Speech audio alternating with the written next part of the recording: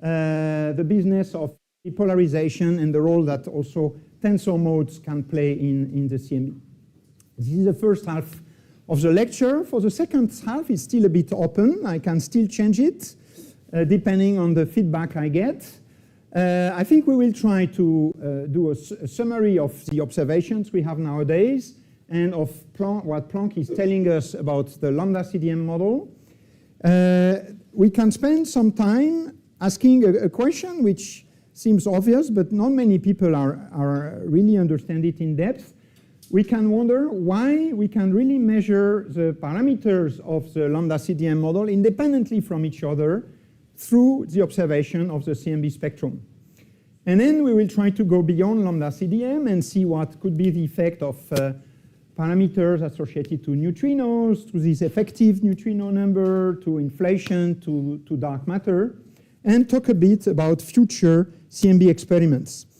Okay, but if I'm a bit slow with the first half, maybe I will have to cut into the second half. On the other hand, if I am fast with the first half, then maybe at the end we will have time to come back to equations that I showed without proving them and that we could try to prove on the blackboard, which is always a nice thing to do. If you want more information on my course, I'm following quite closely some chapters of books that I wrote. There is a recent book called The Young Universe, in which I wrote chapter 2. It's about the CMB, and I'm following very closely these lecture notes. If you have heard also about my book of neutrino cosmology, I'm not far from chapter 5 of that book, but this one has many more details. And so given the time we have, I will try to show the important equations, tell you how you can derive them, and what they mean, what the different terms mean, but I will not have time to go through the proofs. I would love to do it on the blackboard, but we really cannot.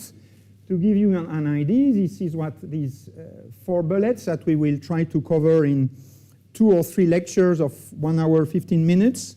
This is what I do in my master course in 9 lectures of 1 hour and a half with the proofs. We cannot do it. It can be a bit frustrating sometimes, but you can also look at these things and also talk with me after the lecture for more details. All right, so we get into business now, and we will start with a bit of thermal history. Ruggerio has very nicely started about this. He is probably going to tell you a little bit more about recombination and decoupling. So let me tell you the minimum we need in order to follow the course.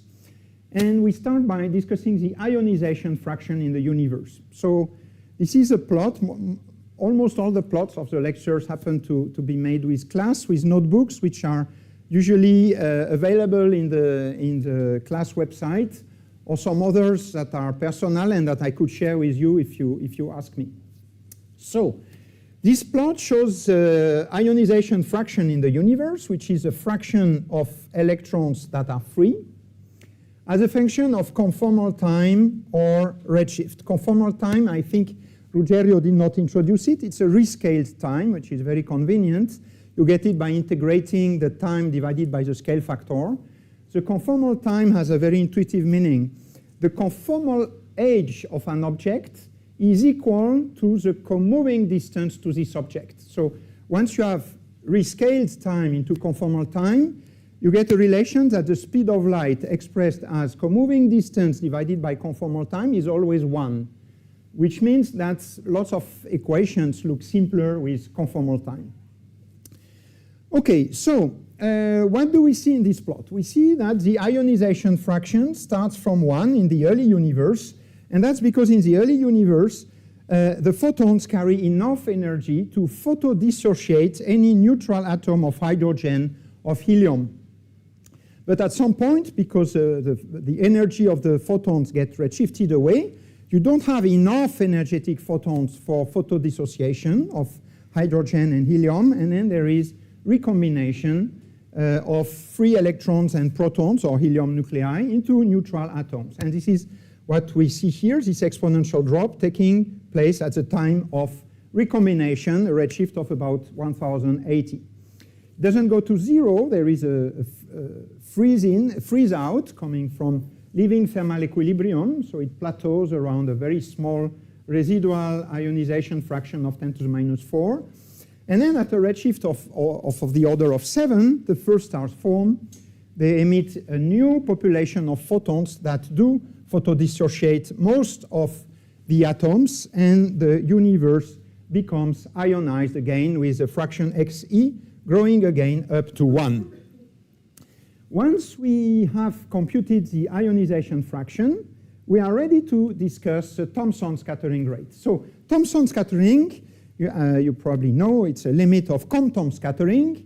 It's a limit in which the electrons are strongly non-relativistic, so they don't really feel a kick from the photons, but the photons get deflected when they pass by the electrons. So it's really an effect of deflection rather than exchanging momentum between photons and electrons. And it is described by a Thomson scattering rate that I express here in terms of conformal time. It means it's a number of scattering per unit of conformal time.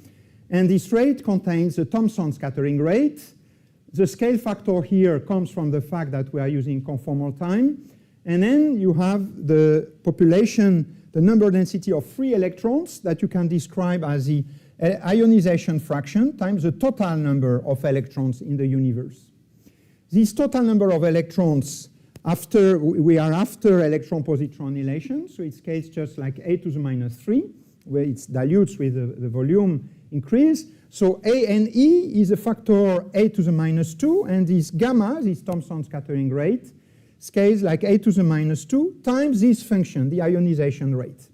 And so when you follow this gamma, you see that it decreases like a to minus 2, then at recombination it has an exponential drop. Then again it decreases like a to the minus 2, at reionization exponential increase. We don't know the detail of this shape, by the way, this is a simplified model. And then it scales again like a to the minus 2. And the big question we have is, when does Thomson scattering ceases to be efficient? And you know, in cosmology, it's always the same story. A reaction is efficient when its rate is bigger than the Hubble radius, because it means that in Hubble time, which gives the order of magnitude of the age of the universe at that time, you have many scatterings. When it drops below the Hubble rate, it means in the entire history in an entire Hubble time, the probability for one scattering becomes negligible. And so the decoupling of reactions takes place when gamma crosses H. Now, if you compare this rate with Hubble rate, means you have to compute, translating everything in terms of conformal time, you have to compare the blue curve with the red curve, which is the Hubble rate expressed in terms of the conformal time. And the two curves cross each other very soon after recombination. So this is when, due to the drop in the free electron fraction, this is when Thomson scattering ceases to be efficient, because you don't have enough free electrons left in the universe to have Thomson scattering. And this is when the photons then will start to travel in straight line without continuously interacting with electrons. So this is a time of photon decoupling, which is so important for the CMB. And it takes place right after recombination. Sometimes, as a simplification, we will treat these two times as being the same one. And then there is a funny thing that when reionization takes place, the Thomson scattering rate goes up, but it does not go up all the way to recombine the photons with the electrons. If this blue curve was going higher, it would be a catastrophe. It would mean that the universe becomes opaque again, and that information from the CMB last scattering surface gets forgotten, gets washed out. Fortunately, we are not in this case, because between recombination and reionization, this factor a to the minus 2 has played its role.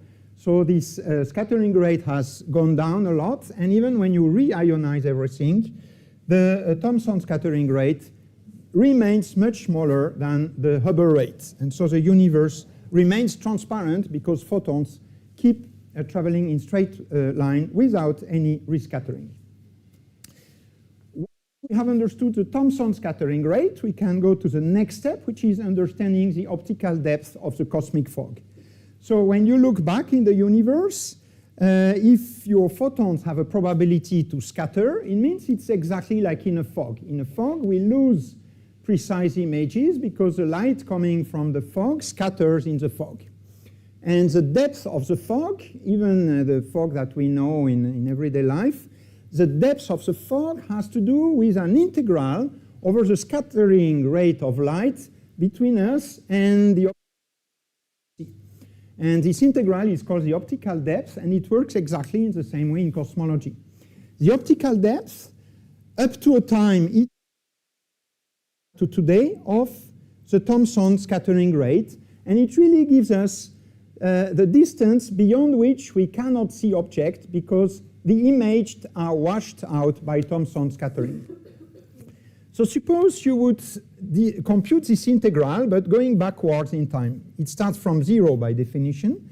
Then you go backward, and it's given by the integral below the blue curve. And this integral will grow, grow, grow.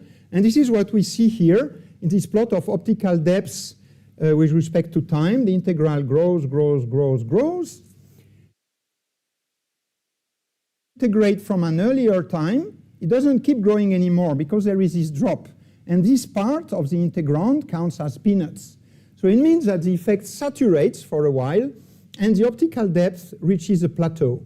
And this plateau has an absolute value, which is important because the absolute value of optical depth tells you the depth of the fog. When you reach 1, it means the fog becomes opaque and you don't see anymore what is beyond. But this plateau is only of the order of 0.05, 0.06, so much smaller than 1. It means that here the fog is not thick. You still can see objects at redshifts bigger than the redshift of reionization. Just a small fraction of the photon traveling from these objects to us rescatter, and so just a little bit of the clarity of the image is lost, but not too much. Then suppose you integrate from earlier and earlier times. Then there is this raise, this exponential raise around recombination. And this provokes an exponential raise of the optical depth, which now crosses 1.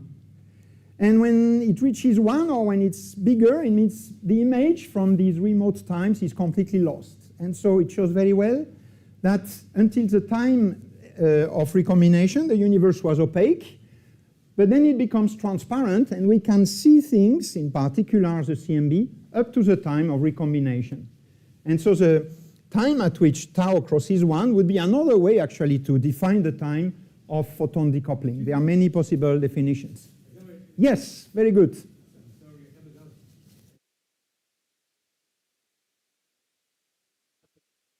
There are no guns, right? No, I'm a bit scared. There are no. Okay, okay, yes, good. Okay, okay, yeah.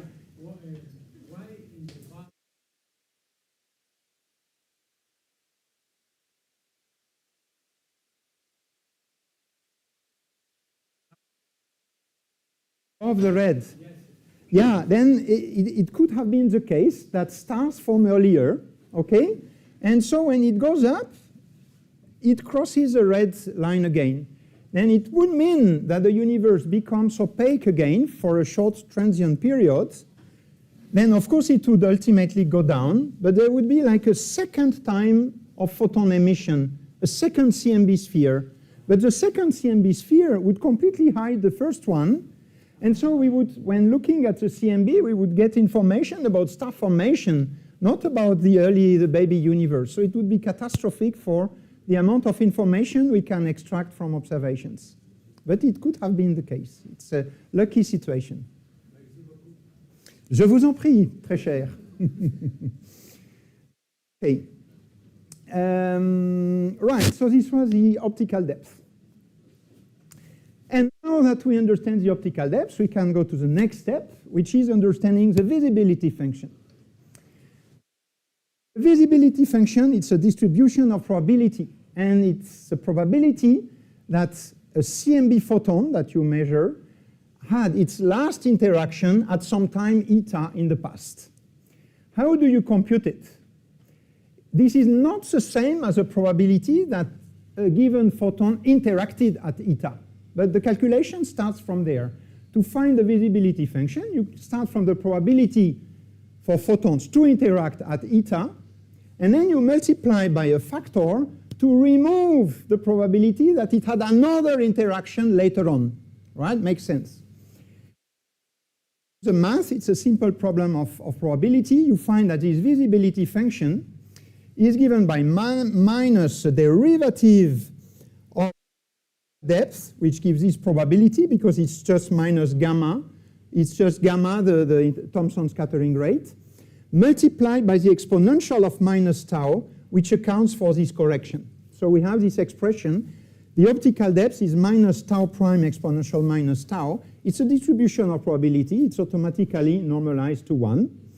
And you can compute it from this curve, and it has this shape with two peaks, a very sharp and high, narrow and high peaks, and a very low and shallow peaks here. And these peaks correspond to recombination and reionization. It's intuitive.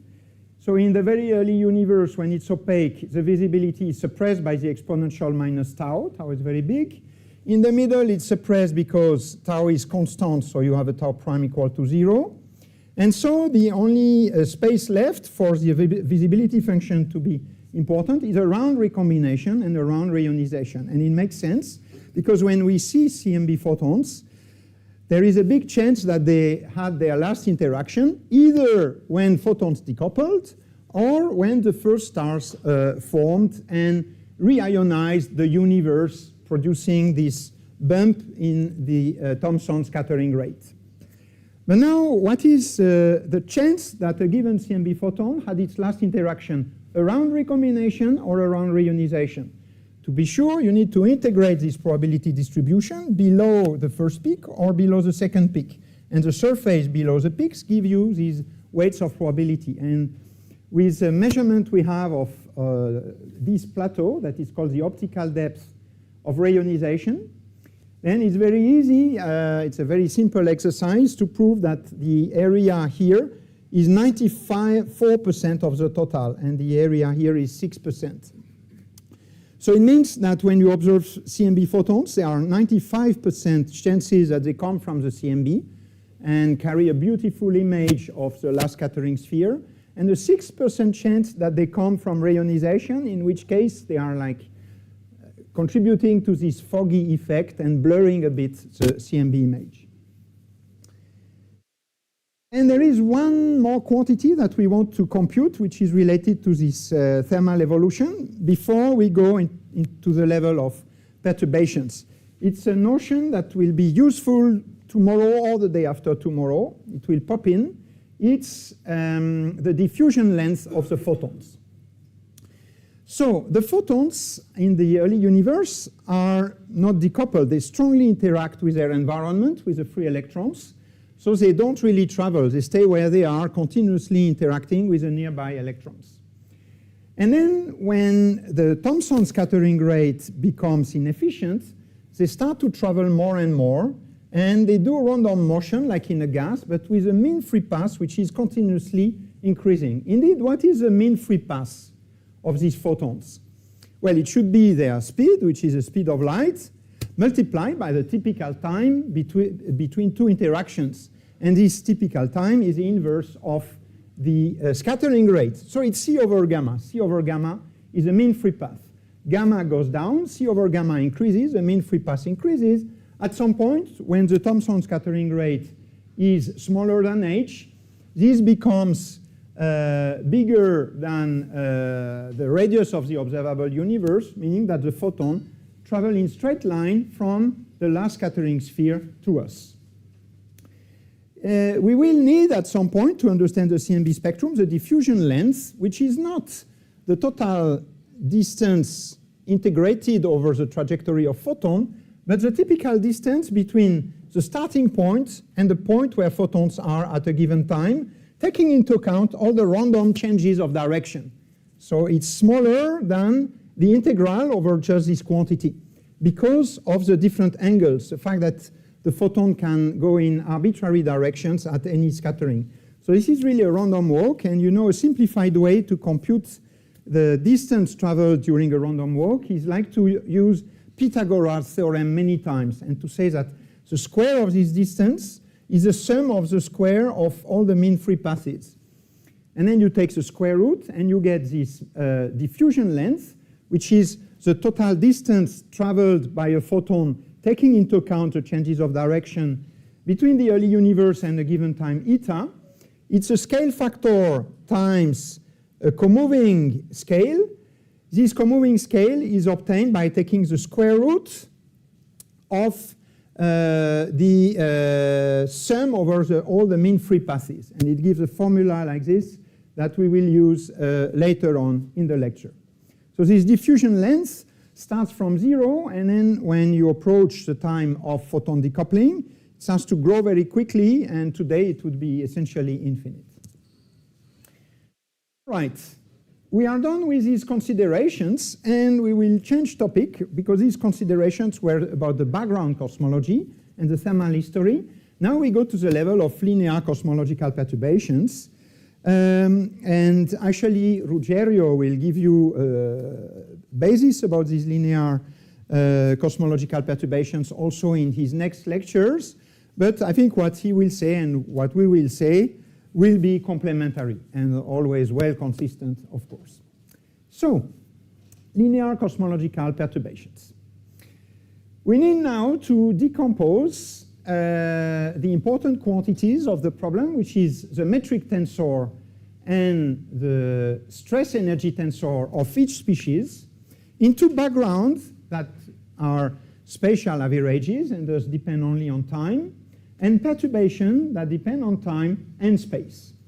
So this is because we want to do perturbation theory, where order 0 will be the average quantities, the background quantities, and order 1 will be these perturbations depending on location.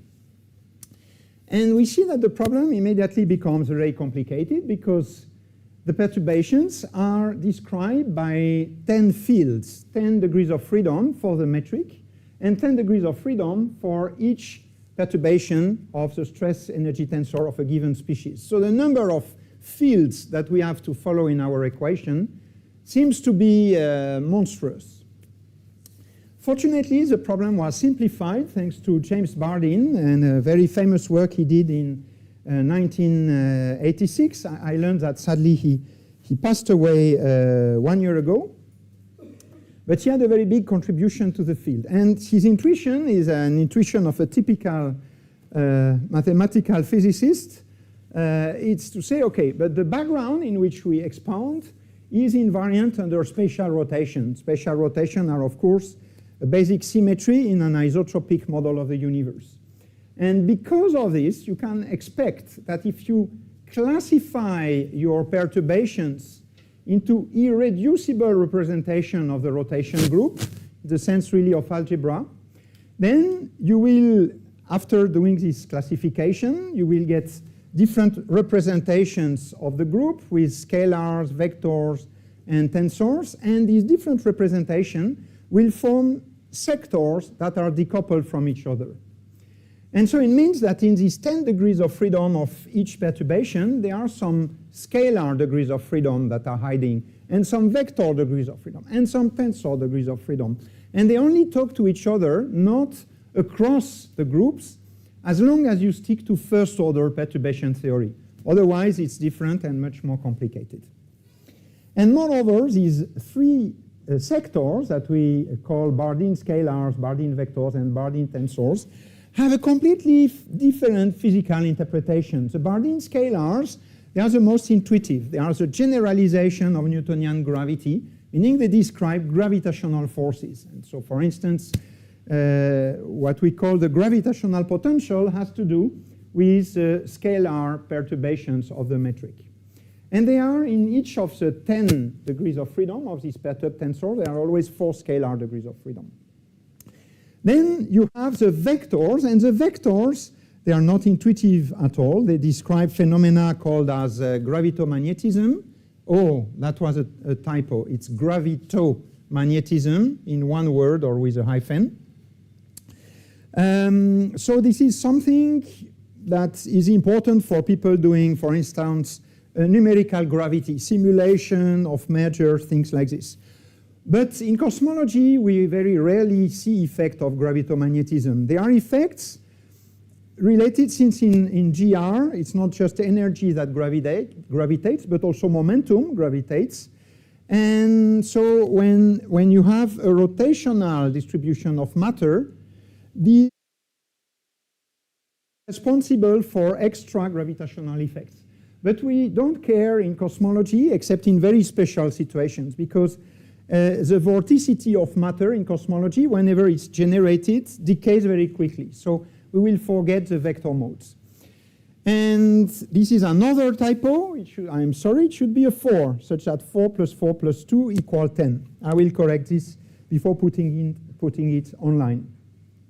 And then we have tensor degrees of freedom, and they describe gravitational waves in the universe. And for us, this will be important, and for Mehrdad also, because we know that, for instance, inflation generates gravitational waves that in principle we can observe in the CMB, we hope in the future. So we will come back to this at some point. But in the meantime, we will be mainly worried about the scalars, which have 4 degrees of freedom instead of 10. So we are already saving a great deal of effort.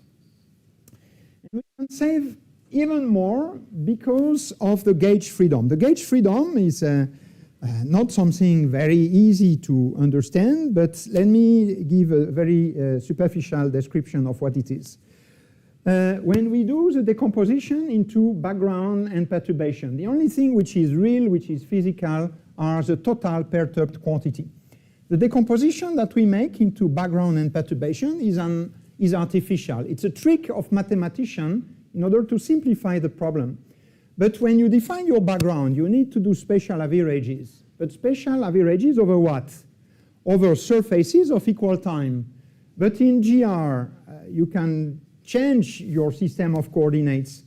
And so there should be different ways to slice your space-time in equal time hypersurface while remaining compatible with the basic assumption of Friedman and Lemaitre that the universe is close to isotropic and homogeneous.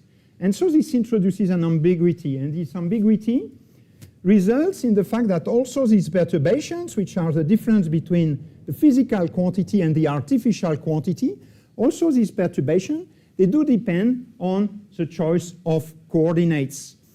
In such a way that if you choose your coordinates in a way that you like, you can simplify a bit the problem and you can kill some degrees of freedom in your problem.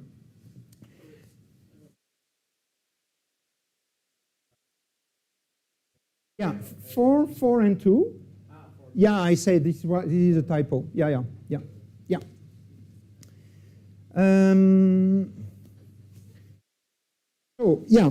So thanks to this gauge freedom, we can choose our coordinate system in order to kill some of these perturbations.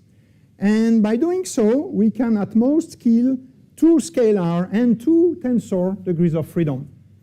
And we will use it because we want as few remaining degrees of freedom as possible, especially in the metric, because when you have a complicated metric, then really the Einstein equations are tedious.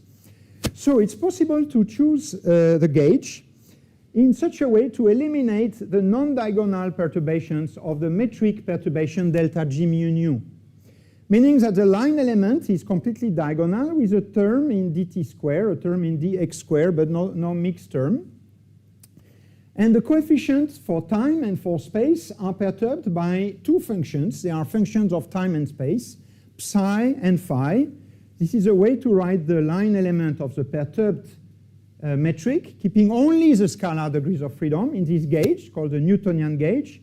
When you use the usual proper time, or cosmological time, or when you use the conformal time eta, which is what we will do usually because it makes the next equation simpler. In this case, you can even factorize out the scale factor. So you have these 2 functions, which are the metric fluctuations. They are actually a realization of something which is more complicated, which is gauge independent, which is called the Bardeen potentials. Psi and phi, they are the Bardeen potentials in the Newtonian gauge, and they have an intuitive meaning. So phi is here multiplying the scale factor. If I stick to perturbation theory, it would even be the same to write this as an exponential of minus 2 phi, and to say that the function exponential minus phi multiplies the scale factor a. So what is phi? It's just a local fluctuation of the scale factor. Nothing says that the universe expands everywhere in the same way. It can expand faster in some regions, slower in some others.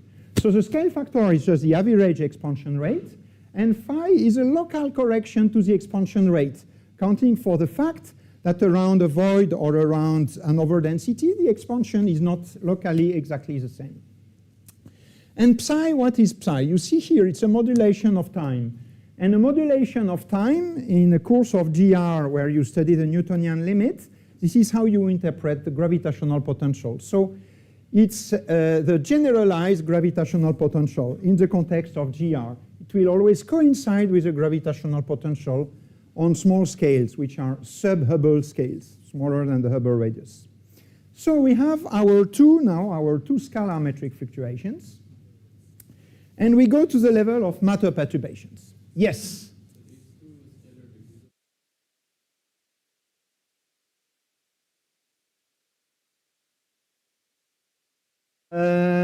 No. Yes. Yeah, the question, sorry, yes, you should really remind me. The question is this decomposition valid in any spectrum, or is it assuming the Friedman universe, the Friedman model?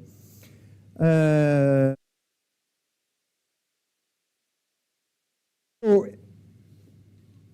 it's true that you can parameterize always delta G mu nu with 10 functions. But if you are not in a flat universe, there would be some much better choice of decomposition. And for instance, there would be no reason to have a single function multiplying all the elements 1, 1, 2, 2, and 3, 3. So this construction of the Newtonian gauge is actually truly referring to the Friedman model.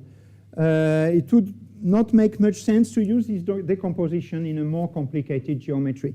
For instance, you could have Bianchi universes which are not isotropic, and you would need to keep more degrees of freedom into the game. So because here we are really describing the sector of Bardeen scalars.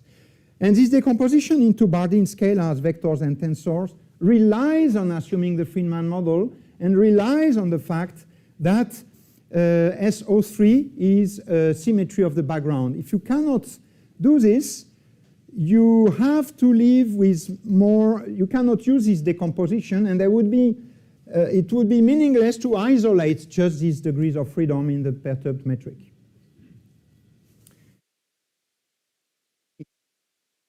This was metric perturbations. Now, what about the perturbation of the stress energy tensor of each species X?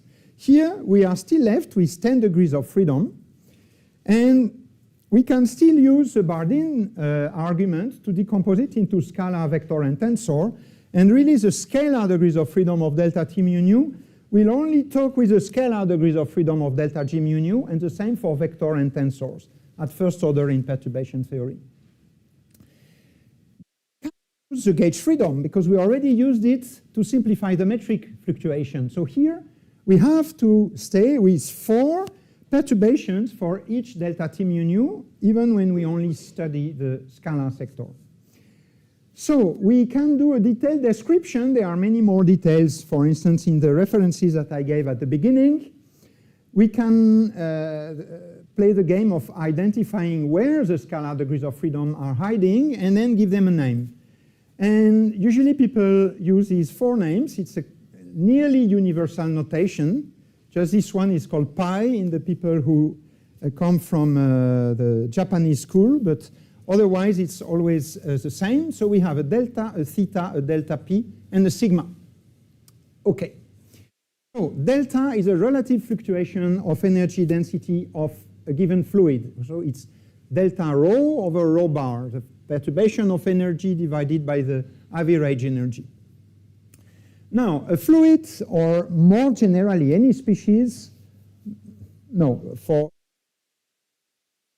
has a distribution of momentum, And in the context of a fluid, this distribution of momentum gives rise to the concept of bulk velocity. Okay? And in the bulk velocity, you have 3 degrees of freedom. 2 are vectors, 1 is a scalar. The scalar 1 is a component of the velocity that is a gradient of a potential. And this is the one we are interested in. And we can parameterize it through a parameter, theta, which accounts for the divergence in any point of the bulk velocity of our species. Yeah. Yes. Yeah.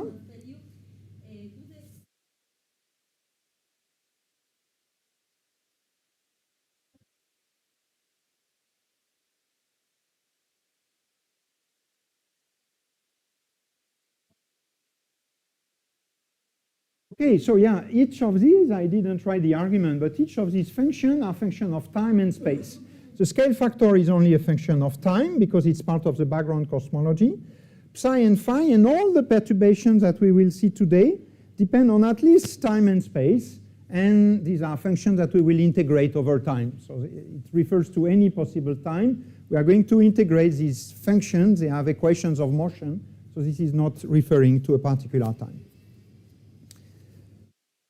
Right, so I go back to delta T mu nu. We have already 2 scalar degrees of freedom, the energy density fluctuation and the divergence of bulk velocities.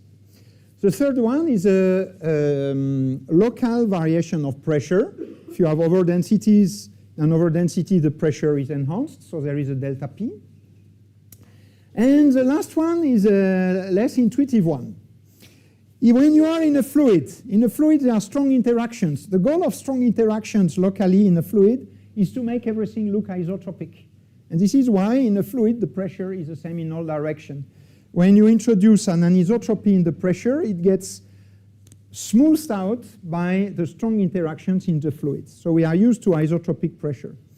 But if you have an imperfect fluid or a decoupled species or anything in between these limits, there is no reason that the pressure is the same in all directions. So you could imagine you are in an imperfect fluid or a fluid which is decoupling, and you have a shield, and there are particles hitting your shield, and depending on the direction you are looking at, because there could be different fluxes of particles, you would measure a different pressure. So there can be anisotropic pressure when you are not in a perfect fluid. And this anisotropic pressure is described by degrees of freedom, but one of them belongs to the Bardeen scalar sector and is contained in delta T mu nu. It is the component of the anisotropic pressure which has a quadrupolar pattern. So in an imperfect fluid, if you feel a strong pressure coming from 2 directions and a small pressure from 2 others, this is a scalar degree of freedom. And it's called sigma, it's called the anisotropic stress. You can call it the shear also. So we have these 4 scalars that can be coupled to each other and can couple with the scalar perturbations in the metric. When we have a perfect fluid, there are strong efficient interactions, then automatically the pressure is made isotropic by the interaction, which means automatically that sigma is equal to 0. And also when you have in a perfect fluid, or even in a wider class of fluids, you very often have a 1-to-1 correspondence. It's called, for so-called barotropic fluid, you have a 1-to-1 correspondence between the local value of the density and of the pressure. Just saying, okay, if I double the density, I double the pressure. This would lead to a linear equation of states relating the density and the pressure. And it is the case in many fluids. And in this case, delta P is not an independent function. It's just a function of delta rho. And you can eliminate it in favor of delta x. So this degree of freedom is not independent of the other when you are in a barotropic fluid. This degree of freedom vanishes when you are in a perfect fluid. And a perfect fluid is always barotropic. So for a perfect fluid, you are left with only 2 independent functions, 2 independent degrees of freedom, a bit like for the metric perturbation, actually. And it means that if we look at equations of motion for a perfect fluid, we expect that we only need 2, because we have 2 unknown functions. Strong interactions what is a perfect fluid? It's a fluid in which particles interact efficiently. That's the definition of a perfect fluid. What is an imperfect fluid? It's a fluid in which the interaction between particles become weak, so the mean free path of the particle becomes larger than the typical distance between particles, and then you can have an isotropic stress, for instance. That's a very fundamental point in fluid theory, that you have a fluid when the interaction between the particles are frequent and keep the mean free path very small compared to the typical distance between particles. And it will be the case, for instance, we will be mainly interested in what happens to photons and baryons. It will be the case that they will form a perfect fluid in the early universe. More questions? Yes?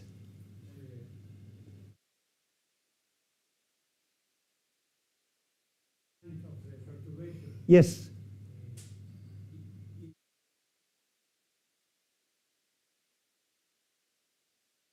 Yeah, they will play a big role in what we will say. We will live with them for 1 week. Yeah.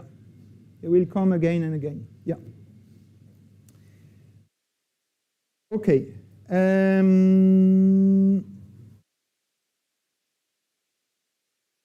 Perturbation we have seen, phi, psi, delta, theta, delta p, sigma. They are functions of time and space. And as long as we do linear perturbation theory, it's our interest to go from real space to Fourier space.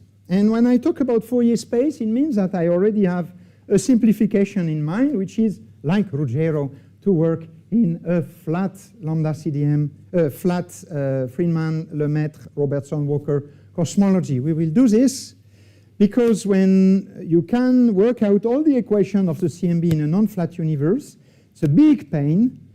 And fundamentally, it brings no new physics to discuss, except a trivial consideration on the relation between angles and distances and lengths that we will make anyway at the end of the course.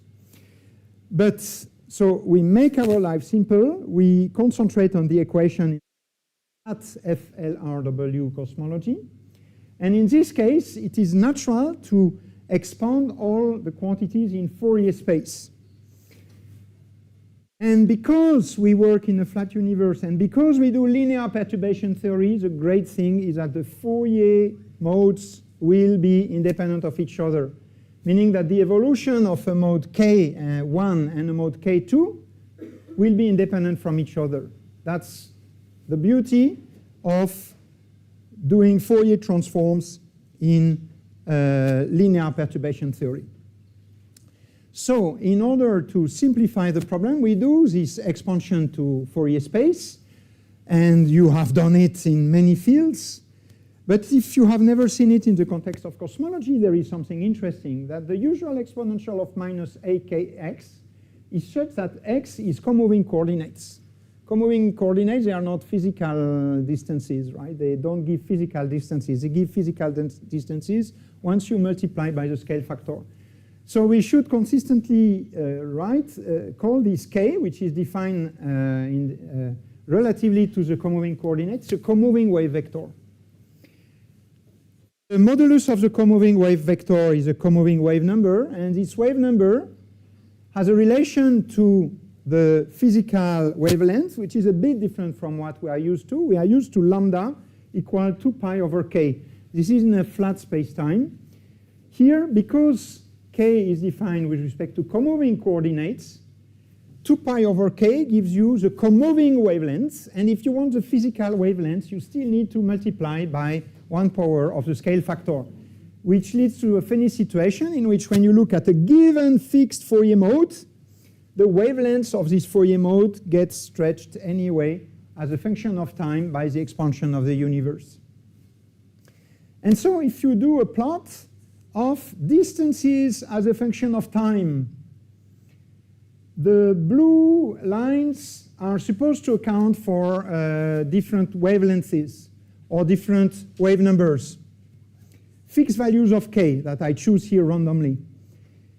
So wavelengths of what? Of everything. We will look at wavelengths of metric fluctuation, of density fluctuation, of velocity fluctuation. For each of them, we have Fourier modes with a given wavelength. And these wavelengths, they increase with time proportionally to the scale factor. And now we would like to compare them to a characteristic scale in the universe, which is very important. It's the Hubble radius that was already defined by Ruggiero.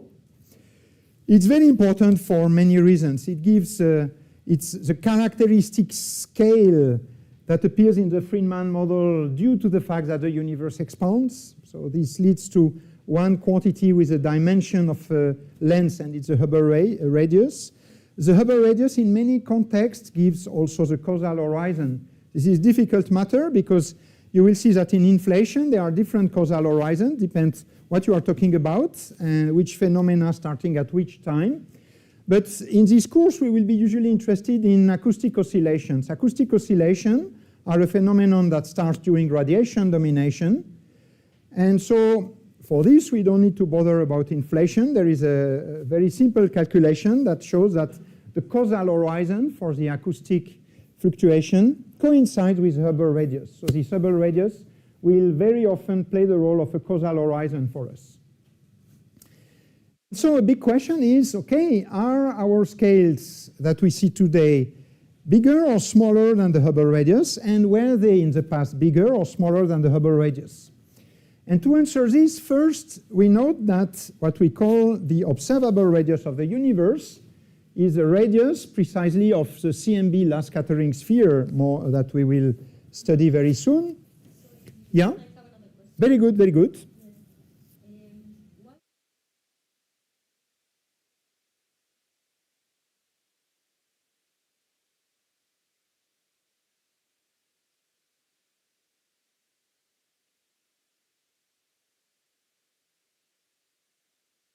It's not intuitive, no. And it's very easy to show that when you have linear equations of motion in real space, you transform each degree of freedom into Fourier modes, and you can factorize out the integral over d3k exponential minus ikx, and you are left with the same equation of motion in Fourier space as your initial equation of motion in real space. But now the variables of the function in Fourier space are k, and so you see that these equations of motion couples the k variable with themselves, but not with other Fourier modes. So no, the answer, it was a very good question, thank you for asking, but in 2 lines of calculation you realize that no, you need nonlinearities to couple Fourier modes with each other. And as soon as there is a nonlinearity, you try to do what I say, you expand your equations of motion to Fourier space, and there are some kernels of integration coupling a k1 to a k2 that you cannot eliminate, and so you have mode-mode coupling between different scales. So it's really a property of linear perturbation to have decoupled Fourier modes. And that plays a very crucial role in many fields, including in cosmology. Thank you. And also for the non-native French-speaking audience, you really say Fourier. Fourier, not Fourier. Fourier. Last R does not count. It's not pronounced. Yeah. Ah, you have learned something useful today. Very good. Yeah. Okay. Yes. Sorry. Mais moi de même. Okay. There was a question here. Yeah, but I don't understand if the fact that... Good, very good. Yeah, the fact that they are linear is an assumption that we make, but it's founded on the success of the model. So, okay, the observation of the CMB has confirmed an expectation that people had before, is that in the early universe, the fluctuation, the relative fluctuation that you generate are very small, of the order of 10 to the minus 5. And Mehrdad will show how you generate this 10 to the minus 5 relative fluctuation from quantum fluctuations of the inflation. And then the question is there a mechanism that will make these fluctuations grow in order to approach 1 and enter the nonlinear regime? There is. It is gravitational clustering. Gravitational clustering enhances the smaller scales first, the larger scales later on. But at the time of photon decoupling, which is the most interesting time for us, all the modes we can observe were deeply, deeply in the linear regime. While when you study the large-scale structure of the universe, which is the topic of Ruggiero, there, the smaller scales have reached the nonlinear regime. The larger scales are still in the linear regime. And in between, there is a scale of nonlinearity that you can compute, which is the order of magnitude is 10, 20 megaparsecs today. A very nice thing about CMB physics is that you only need to care, excepted for some detail about CMB lensing, but otherwise you only need to care about perturbations that are still in the linear regime. It is an assumption, but completely tested by observations. Yeah. Okay. We come back to our question. When were the modes that we see on wavelengths bigger or smaller than the Hubble radius? Okay, so let's start from the right of the picture, from today. What are the modes that we can see today? There are the modes with a wavelength smaller than the entire diameter of the observable universe, whose order of magnitude is given by the diameter of the CMB last scattering sphere. And up to a factor of order 1, this happens to be the Hubble radius. Another very simple calculation, because calculating the observable radius of the universe is at the end roughly equivalent to calculating the causal horizon. And so it means that the scales we see today are at most as big as the Hubble radius, which is why here my biggest observable scale coincides today with the Hubble radius. And the scales we see in the CMB, for instance, they are in a range of about 3 decades of wavelength below the Hubble radius today. Okay. If we extrapolate back to the past, who was growing the fastest? The wavelength or the Hubble radius? The wavelengths grow proportionally to A. The Hubble radius is C divided by H. So it's C A divided by A dot. Bit confusing here because eta is conformal time, but the dot is with respect to proper time. Doesn't matter. Okay, so RH is CA divided by A dot. So in RH there is also a scale factor, but there is a 1 over A dot. During radiation and matter domination, the expansion is decelerated, so A dot decreases, so 1 over A dot increases, and so bam, RH is increasing bigger than lambda. Comes from a very, very simple reasoning. So the slope of the Hubble radius is bigger than the slope with which the wavelengths grow. And this leads to the very, very famous paradigm that will be solved by Mehrdad at some point, that the modes we see today are by definition sub-Hubble, but in the past they had to be super-Hubble. And each mode crosses the Hubble radius one after each other, starting from the smallest one, ending with the largest one. And this will have big consequences later on for our study of the CMB. We will start with modes in the super Hubble regime and finish with modes that are all sub-Hubble. By the way, in this graph, you start to see also the important time for CMB physics that we will see in many other plots, the time of equality between radiation and matter.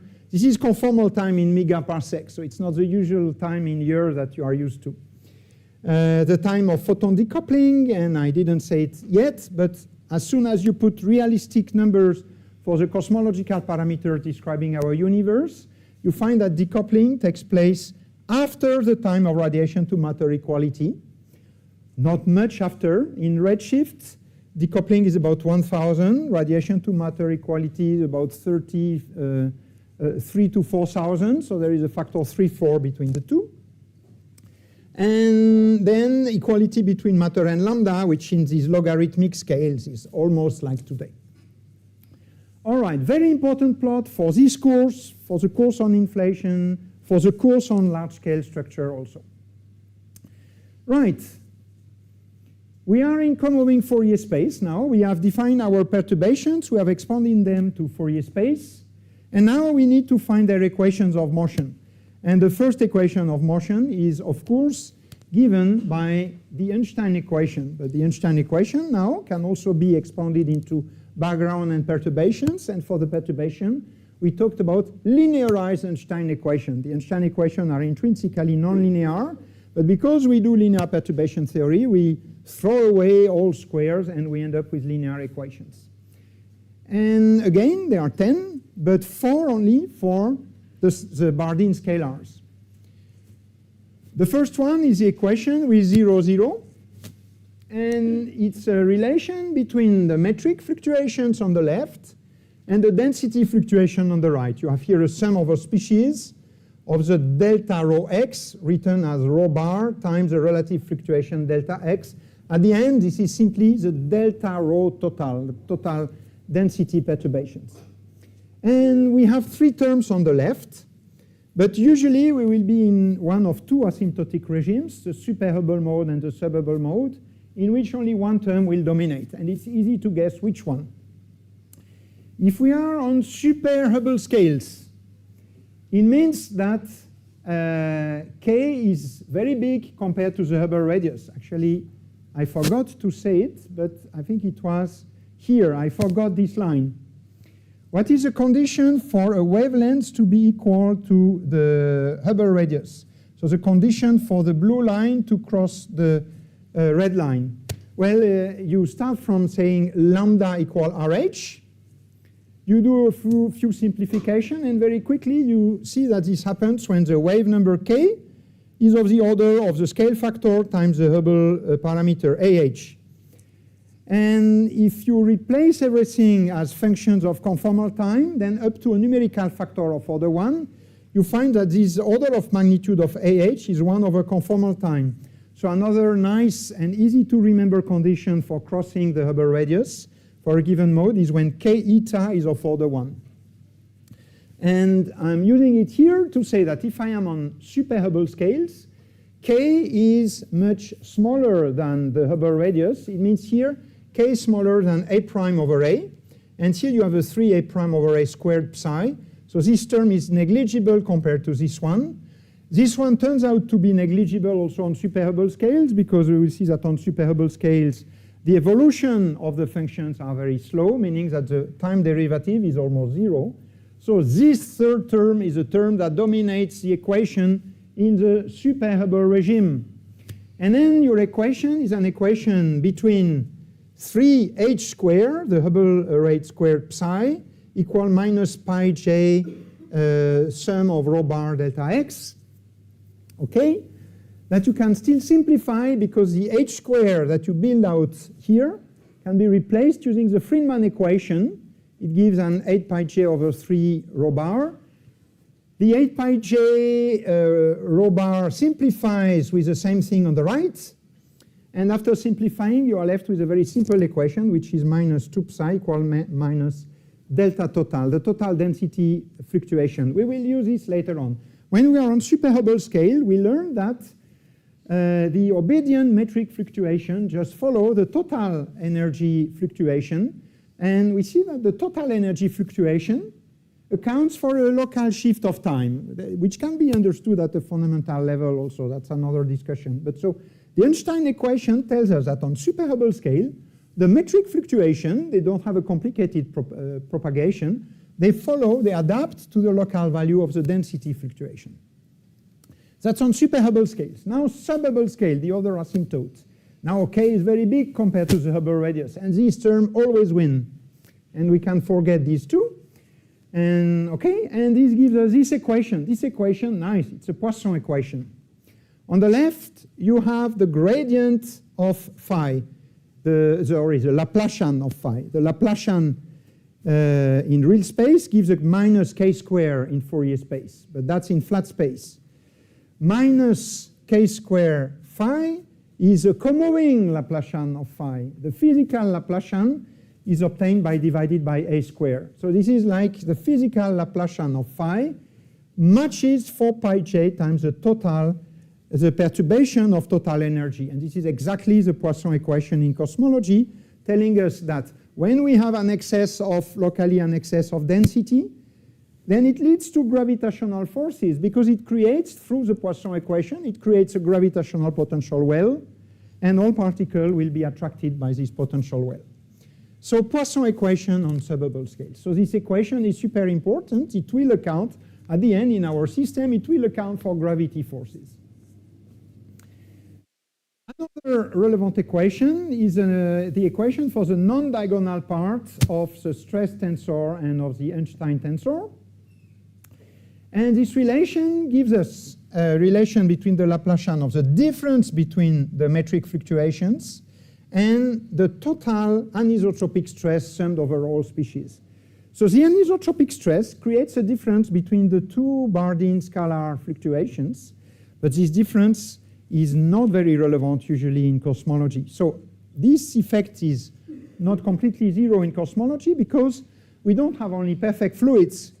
When we study CMB physics, our neutrinos are decoupled. So they are not an interacting fluid, they have anisotropic stress. And when the photon will decouple, they will develop also some anisotropic stress because they will no longer be part of a perfect fluid. So there will be some sigma leading to a difference between phi and psi, but honestly, this is a small effect that we can neglect and we can forget.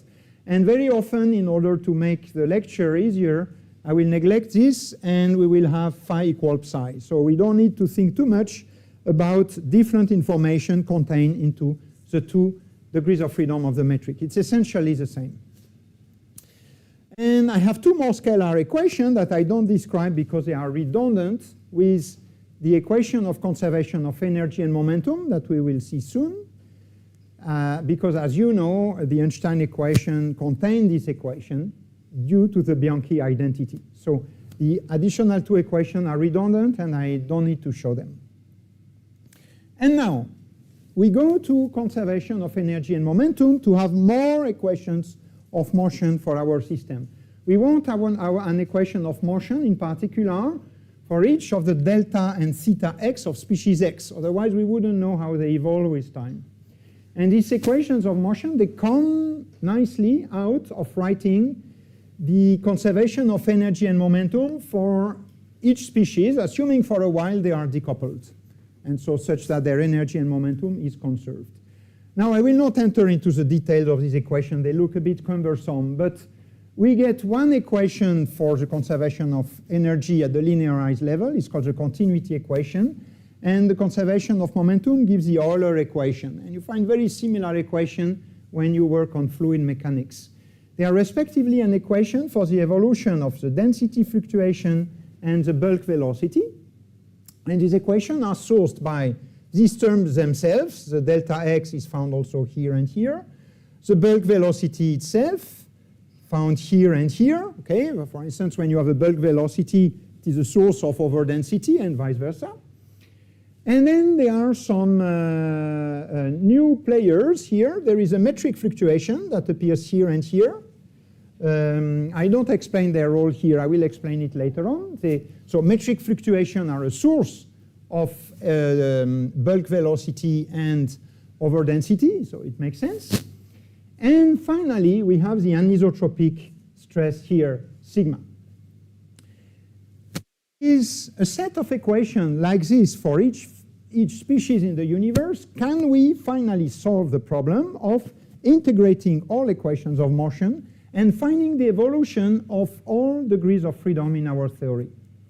It depends which species we are talking about. If we are talking about cold dark matter being cold has negligible velocities, negligible pressure, and so if there is negligible pressure, there is of course also negligible anisotropic stress. So these terms goes away, and then we have 4 variables, delta, theta, phi, and psi, and 4 equations, which are the Einstein equation and these 2 equations of motion for cold dark matter. So in a universe containing only cold dark matter, these equations are sufficient. Suppose that you add the baryons, you add 2 more degrees of freedom, but you add also 2 more equations. And the baryons, they are also non-relativistic, so they also have negligible pressure. To a very good approximation in CMB physics, we can neglect their pressure. They don't have an anisotropic stress, so we still add 2 more variables and 2 more equations, we can still solve the problem.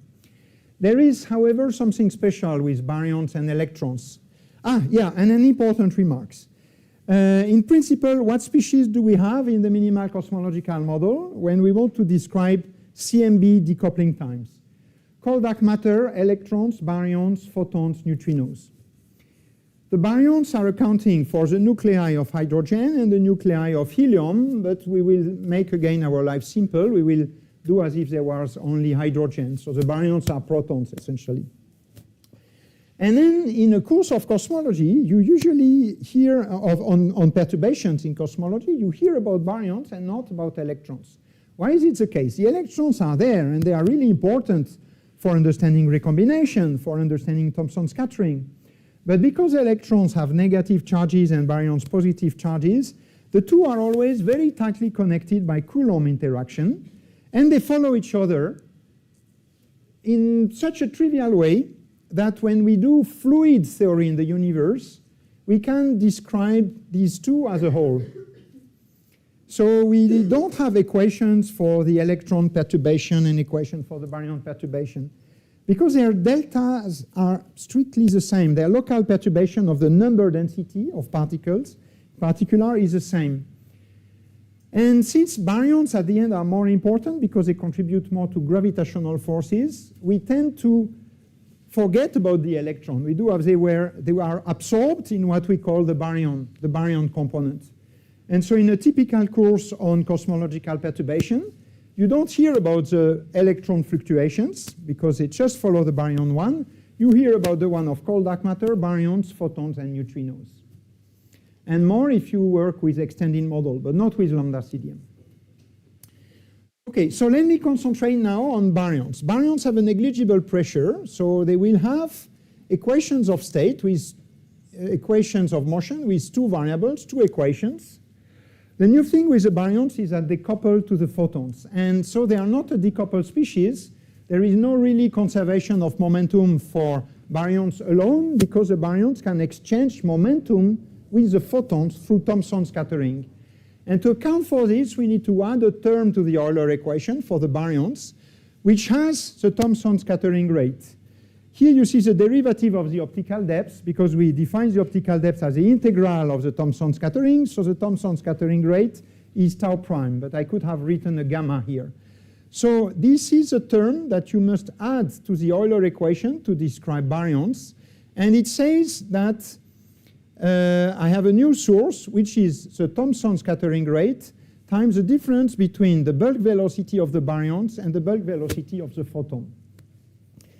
This term plays the same role as in a Boltzmann equation. We have a rate multiplied by the quantity that would vanish in equilibrium. What it means is that once I have this rate, this term here, and once I assume that my scattering rate is high, then the theta b prime, the equation for the evolution of theta b, will always try to find the value such that theta b minus theta gamma vanishes.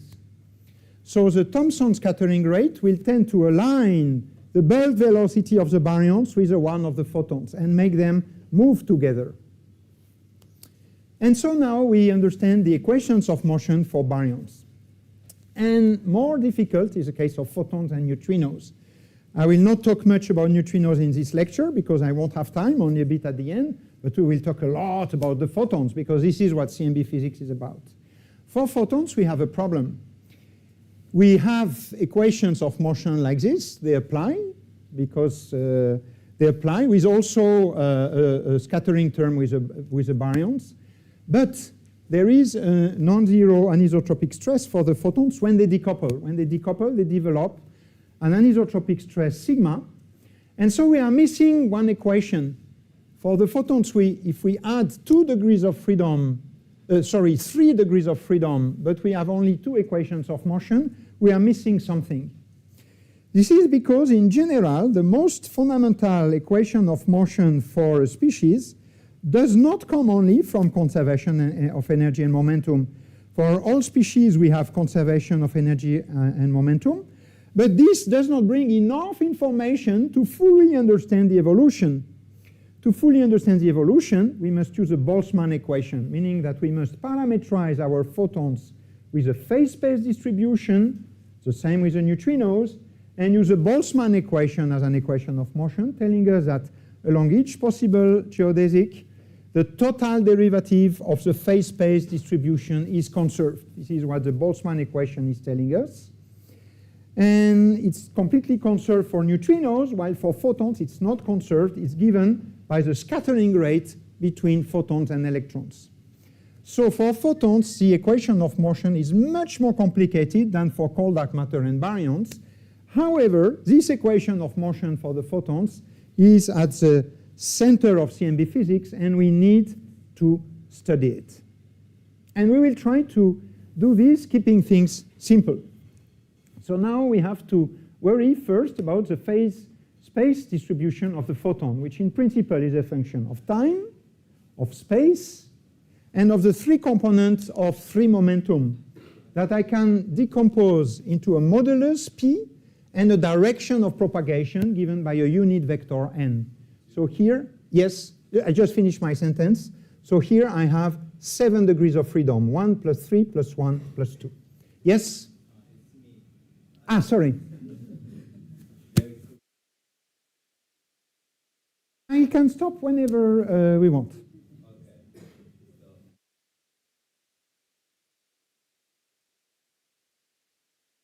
I think it's a good time. Yeah? Very good. We restart tomorrow by fighting the Boltzmann equation, which is the most important equation of CMB physics. Thank you very much.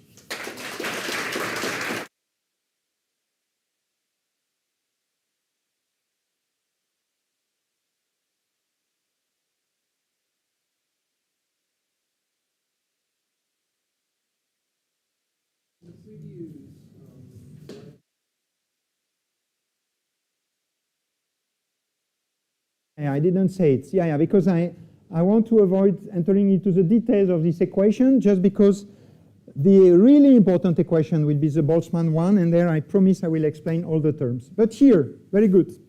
Here, we have different coefficients. This, for each species, the W is just the background pressure over the background density.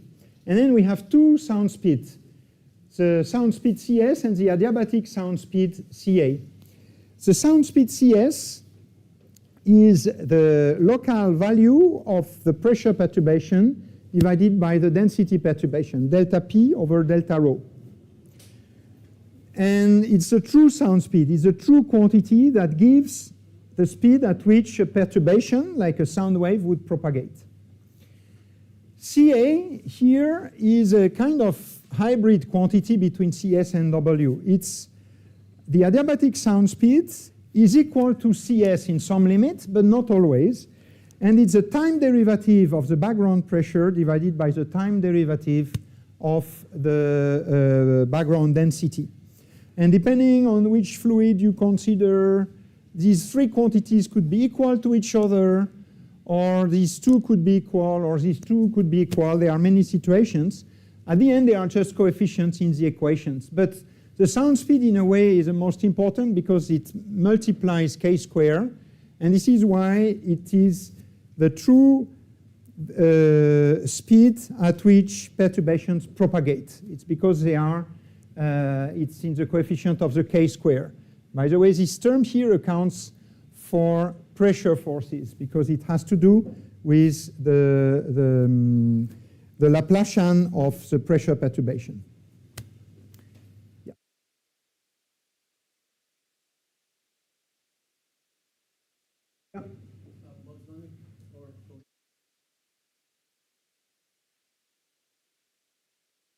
Yeah. It's because for CMB physics we are interested only at time well after neutrino decoupling.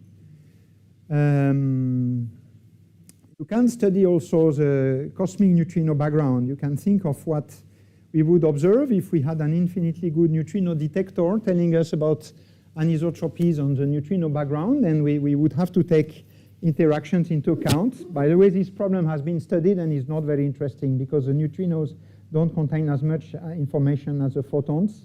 and it doesn't tell us a lot of things. But in principle, we would have then to study a Boltzmann equation accounting for the coupling of neutrinos, especially what is important at the end is the coupling of neutrinos with electrons. Yeah. Dark matter, in the lambda CDM model, we treat dark matter as totally decoupled.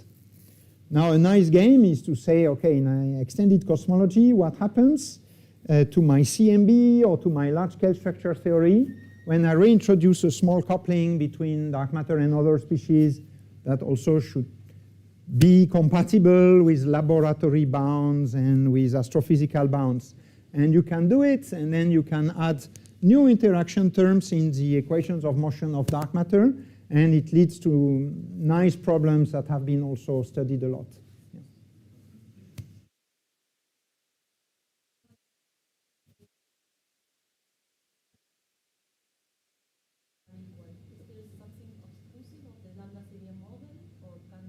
No, in fact, when we solve really the problem precisely, we don't assume they are equal.